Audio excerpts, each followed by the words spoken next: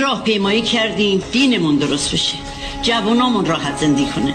متاسفانه دینمون که خراب شد، هیچ فساد جامعه رو گرفت، هیچ دزدامون زیاد شد، هیچ بچه‌های جوانمون که آقای علمی هم میدونه 2 تا پسر 20 سالم شهید شده و همسرم شهید شده. ببینید من بچه‌هامو با دست خودم بردم زیر خاک نشوندم که این جوان راحت زندگی کنه. متاسفانه ما از هر دوتاش عقب موندیم، از دین عقب موندیم، از زندگی برای جوانامون عقب موندیم. من الان خودم 2 تا بچه دیگه دارم، 2 تاشونم بیکارم. شهید من وقتی که رفت گفتم محسن نرو، مهدی رفته شهید شده کافیه.